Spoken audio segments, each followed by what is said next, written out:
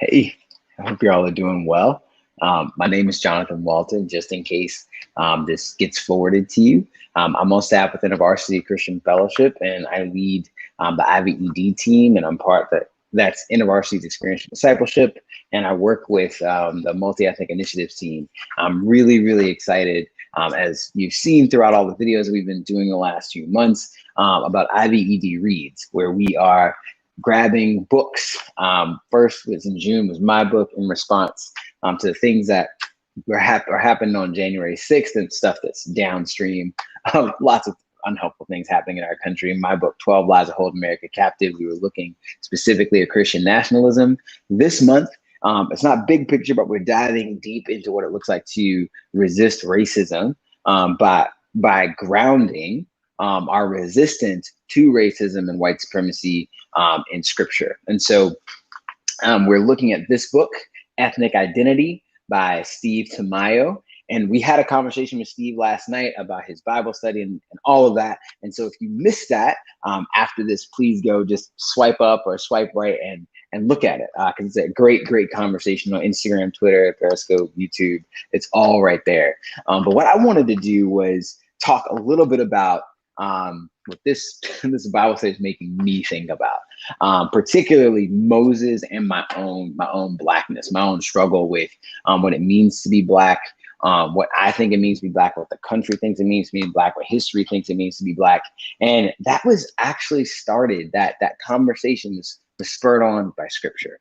And so in this Bible study, there are 7 studies, and one of them is on Moses. And I've loved Moses since I was a kid, as me and Steve talked about last night. When I was a kid, like, you know, Moses, Elijah, Daniel, like these were the superheroes that I loved alongside X-Men, right? No shade on Marvel and DC or getting into that, but I love the X-Men. I thought they were great. Gambit is my favorite. I hope they do a movie about him one day. Everybody loves Wolverine, but Gambit, I think, is the best. So, and don't come at me in the comments because I say Gambit's better. So, but those are my heroes, and so Moses was right alongside the X-Men, and so something that fascinated me about Moses was his anger and his struggle with what it meant to be Hebrew and what it meant to be Egyptian. If you don't know the story of Moses, Moses was put in a basket by his mom when Pharaoh threatened to kill the sons of Israel, and he was pushed upriver, and Moses ended up being raised by Egyptians. And so what happened was, ethnically, he is Hebrew, like he is an Israelite, but culturally he was raised in Pharaoh's house. And so I don't know how many of you, for me, things when I started to engage with my ethnic identity, looking at the story of Moses, I started to see things and experience things. I was raised in a Black household. My mother is Black, racially assigned Black in this country. My father is racially assigned Black in this country. I grew up on land, that farmland in Southern Virginia, in a very Black Southern context. But I went to school in a predominantly white space. And I remember that. If some of you have read 12 Lies, I talk about the educational trajectories in the United States. And I remember being tracked out of my Black classroom into a white classroom. I remember distinctly having a conversation in high school with friends of mine. There were opportunities to go to this thing called governor school. It'd be equivalent to a magnet school or taking dual enrollment classes. And I had a very honest conversation with one of my friends at the time, and he said, you know, I just can't be there with those white people. It's really difficult for me to feel free to be myself in that space. And so these questions of, like, you know, being in one space, being accepted, feeling very familiar, being in another space and feeling rejected, feeling awkward, feeling uncomfortable, feeling like we have to do this thing that sociologists call code switching. Right? I was fluent in that from a very, very young age, 3, 4, 5 years old. I knew that there was this way to act and that way not to act, right? In these different spaces, as defined by what Willie Jennings talks about, like whiteness and Blackness, these bookends of the racial hierarchy, the racial spectrum, the racial assignments in the United States, and especially downstream of anywhere where colonialism reigned, right? And so that resonated with me when I was going through this Bible study. And one of the things on page 19, it says, what impact might competing narratives of Moses' identity have had on his sense of belonging? And so when I imagine Moses being a kid, his hair might have been a little bit different than the Egyptians that he was around. His eyes might have been a little different than the Egyptians that he was around. The way that he carried himself or his skin tone might have looked different from the way that the Egyptians around him were. He might have literally looked more like the Israelites that were being enslaved by the Egyptians than the people that he was hanging out with in his house, right? His hair, like there's all these things that were probably in tension from Moses. And so there's competing narratives about where he belongs. And so, answering these questions, I started to remember difficulties in my own life where these competing narratives were at stake. So I grew up in Broadnax, Virginia. It's a town of about 300 people, and I worked at a grocery store. And so we talked about these competing narratives, right? Because as I was looking at scripture, what are some narratives in my own life where these ethnic identity, racial assignments, like they're competing narratives? And so I was bagging groceries one day. And there's, I'm 15 years old. This is my third or fourth job, but like my first real job where, you sign the papers, you get a paycheck. And one day I was bagging groceries, and the cashier, she's, was a racially assigned Black woman. And she said to me, "Oh, you're so nice." And I said, "Oh, I do my best. I really try hard to be kind, and, I was 15, this was my first job bagging groceries on Saturday morning. And older Black woman comes up, and I bag her groceries, separate her eggs and bread and make sure her stuff is there, and, offer to take her groceries out. And the cashier looks at me and she says, "You're so nice. Like, I thought you were nice, but it's really true." And then the next person that came, it was a racially assigned white woman in line with me, and I bagged her groceries the same way. And the young woman, she looked at me after the customer was gone, and she said, "You like white women, don't you?" And I thought to myself, I'm 15 years old. It's my first job. I just bagged 2 sets of groceries.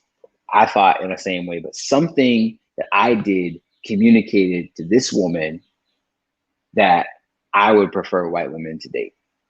And I was like super confused, but it stuck with me, right? And I also remember these very distinct conversations, particularly around dating when I was younger. When I wanted to get a better education, they would say, "Oh, like, you must want to be around just white people. You must just want to be around people who are not Black around education." I thought about many different conversations I had in high school. I was a sophomore in high school, and one of the young women who I really liked and who I thought liked me, who was racially assigned Black, she said to me, "Oh, me and my friends made a bet that you wouldn't date a Black girl, which is why I said I liked you, because I wanted to see if you would do it." And that stuck with me. I remember really difficult conversations around race and ethnicity, because my mom would tell me, "Hey, Black people can be educated. Black people can sit and own these spaces. Black people, we belong. Jonathan, you can be in these spaces in your full self." But when I was there, all of those traits were associated with being white or not being Black. And that would bear itself out as I went to Columbia, and ultimately, like in many spaces that I was in, there seemed to be this thing that I had to perform a type of Blackness to be Black. And it was as I was engaging in this Bible study, these conflicts started to come up. And one of the things that also stood out to me was in the first Bible study looking at Genesis, and it said, "Could you write out 10 descriptive words about your ethnic heritage?" And when I write out 10 descriptive words about my ethnic heritage, slavery is not one of them. Like, oppression is not one of them. But that is something that animates my impacts the way that I think of myself, the way I think of my people, the way I think of our history. But when I'm in scripture and focused on Jesus, I can see the beauty that God has marked my people with. I can see the resilience that God has marked my people with. I can see the power that God has marked my people with. All of a sudden, God is defining the traits that he's given to my culture, my background, my heritage, like our unique gift that we will bring to Revelation 7. Revelation 7 in this Bible study, like what we will bring to worship and have been gifted by God that we will give back to him and worship in.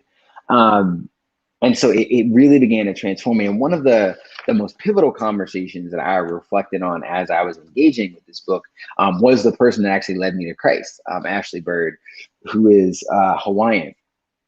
And he's not just Hawaiian, he actually listed out the 8 different ethnic identities that make him up. He knows the backgrounds and cultural heritages of his 8 grandparents. And he, was able to explain to me exactly where he came from, not just the land of where he came from, but the people of where he came from. And that to me began to break down the extrinsic value. In our emotionally healthy activist course, we talk about extrinsic value, meaning the narratives that the world places upon you, and intrinsic value, meaning the things that God, your family, those you love have gifted you with. And all of a sudden, the intrinsic value is like, I am Black in whatever that means because I come from my mother and my father. My Blackness is not defined by cops on TV or the TV show. My Blackness is not defined by the educational expectations or the incarceration rates or any of those things. I don't have to perform Blackness. And that stuck out to me because I realized when I was reading about Moses, what's up, Jonathan? I was reading about Moses, and when Moses killed the Egyptian, I felt like, oh, I've tried to kill Egyptians before so that the Hebrews would think I'm down, like I'm with them.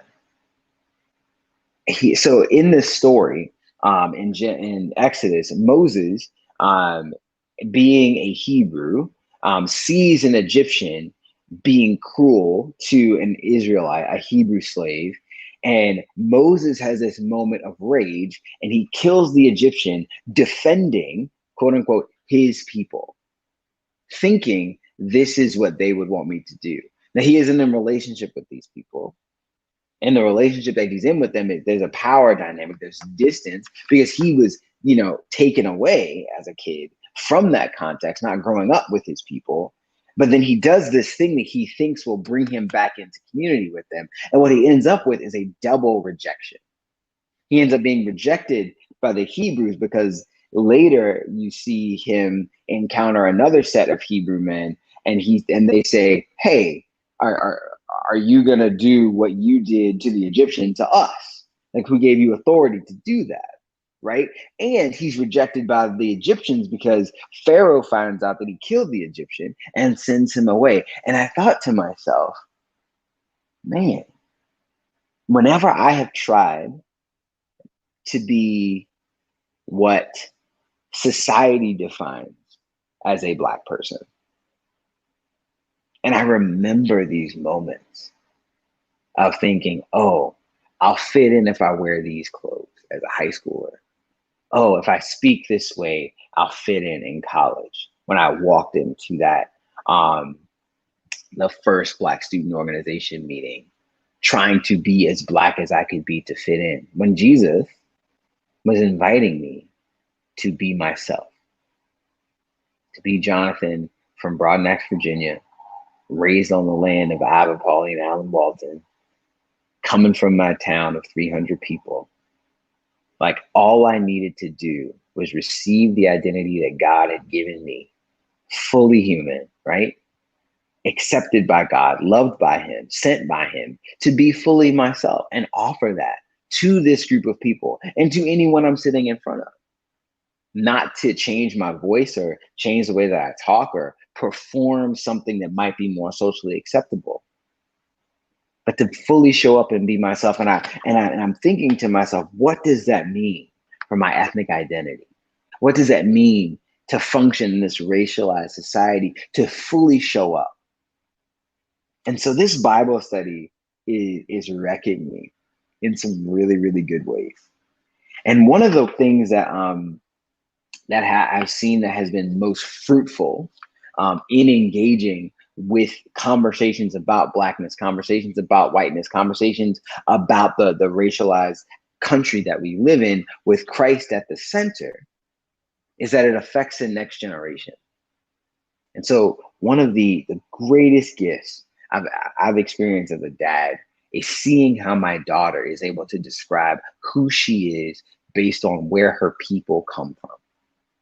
And so Maya knows that she's Black in this country. She knows she's Chinese. She knows that she's Korean. She knows that we have Cherokee in our blood. She knows that there are Europeans in our family. She knows that I'm from Virginia and her mom is from New York City, but her Lao Lao and Zeng Lao Lao and Lao Ye come from other places. Oh, this specific place in China, this specific place in Korea. She knows that. I didn't have that narrative as a kid, but I watched my daughter at 4 years old be able to correct people when they say she's just Chinese, or correct people when they say she's just Asian or just Black. She's able to hold those two things, her ethnic identity, what someone thinks and what she knows about herself, hold them in tension, and then speak her own in reality and advocate for herself. And so the tension that Moses experienced, the tension that I'm experiencing, the next generation doesn't have to experience. And I'm grateful for God's grace in that even as I'm exploring and learning and growing, the next generation does not have to experience the brokenness, the pain, the struggles in the same way that I did, but can receive, just like Ashley Bird was able to give to me, a whole ethnic identity rooted in the amazing, high, wide, long, deep love of God. And so I don't know where you are right now watching this video, if you're watching live right now or watching this later because somebody sent it to you. But if you're doing this Bible study or you have questions about race and scripture and ethnic identity and how to enter in, the IVED team, me, Steve, we're all here to help you answer those questions. Why? Because ethnic identity shows up on every page of the Bible. Because whenever you engage with a person, you're engaging with their history, their context, their culture, their heritage. And the more we try to say, no, you're just an individual, the bigger the lies become.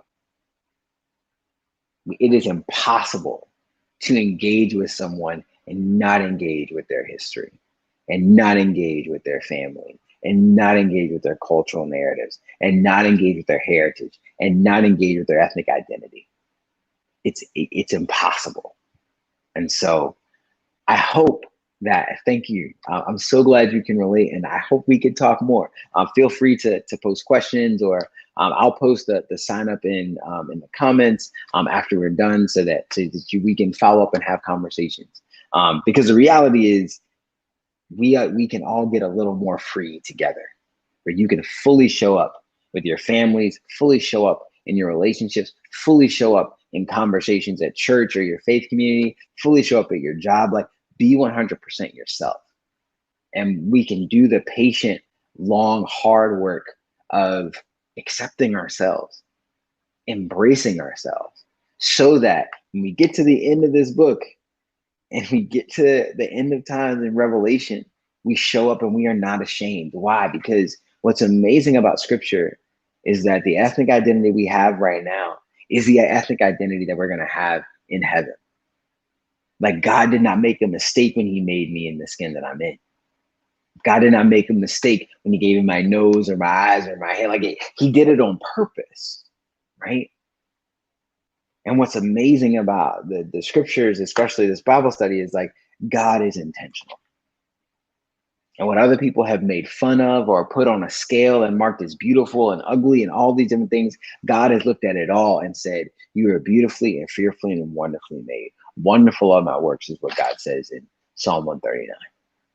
And I'm working to accept that and embrace that, and spread that gospel against all of the nonsense, particularly this month as we talk about resisting racism. Because racism is made up by man to subjugate, classify, and divide. But God has gifted us with ethnic identity, our cultures, our heritages, our backgrounds, our histories, so that we might flourish, work, rule, and create. And that's all in here. Genesis 1 and 2, Exodus, Acts, Mark. There's beautiful stuff there. And so if you've got this Bible study, feel free to share your comments with us. If you don't have it and you want it, share this with someone, tag us, and we'll follow up with you to see, and we'll send you copies. Or when I drop the link in, you can buy them for yourself. They're 50% off and free shipping. I'm grateful for all of you who are engaging tonight. I hope that you'll sign up and engage with us throughout this month and next month. We'll be doing Steve Tamayo's Ethnic Identity Bible Study. Feel free to reach out if you have questions or comments. And we are really, really here to help and serve you. So my name is Jonathan. Thanks again for spending 20 minutes with us. And I hope you have a great rest of your night, walking in the freedom that God has given you as a full person in your ethnic identity, in your heritage, in your culture, because it's a gift when you fully show up. And I look forward to meeting and talking and engaging with y'all as best we can via social media or in person. Blessings on you. Have a great night.